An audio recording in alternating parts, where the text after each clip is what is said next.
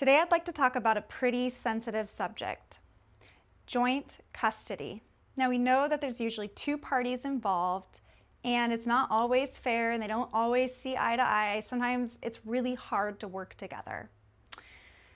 Now in this particular case we're talking about joint custody of movement specifically at the shoulder girdle, and the two responsible parties are the glenohumeral joint and the scapulothoracic joint. And why this is so important is for all of the repetitive movements that arms do, not only in yoga, but sports and life, and that overhead lifting of an arm. And we're talking about the most vulnerable joint in the body here. Look at all this mobility. But the thing is that this ball and socket joint right here, the humeral head into the socket, this is actually a really bad representation of it because it's often compared to a baseball size head of the humerus to a golf tee size socket joint. That's a lot of vulnerability, especially anteriorly in the front of the body, especially as we go down in chaturanga. So what I want to talk about is how can we get the ball and socket joint of the shoulder and the scapulothoracic, the scapulas, to work together and get along and protect their baby, the movement of the shoulder girdle. I've got an idea. I want to talk about the shoulder loop. This is one of the 7 universal loops of alignment. The universal loops of alignment are super interesting. So if you haven't checked them out, I'd Google it. The shoulder loop goes through the thoracic region, up the chest, around and down the shoulders, down the shoulder blades, through the thoracic region, up the chest, and it just keeps going and circulating, spiraling in a circular motion in this direction.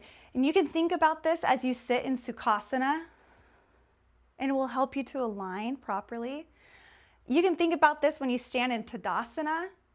You can think about this as you're going for a walk. Well, everybody walks like this. But really importantly, especially for yoga, is to think about this when you lower through Chaturanga Dandasana. Now, how many people have ever or witnessed this happening? But I bet you've done both. You've seen it and you've done it. Swan diving through Chaturanga and pulling up through, so swooping, pulling through to Cobra or upward facing dog. Now, if you think about that and you're not putting a lot of emphasis on this relationship of the movement here happening with both the glenohumeral joint and the scapulothoracic joint in cohorts together, producing the action, yes, one is doing a little more work than the other, but that happens. We know that to be true. But both working together. So as we lower and bend the elbows, the shoulder blades are retracting and pulling together. Them pulling together actually gives stability and support to the action of the shoulder, the ball and socket joint.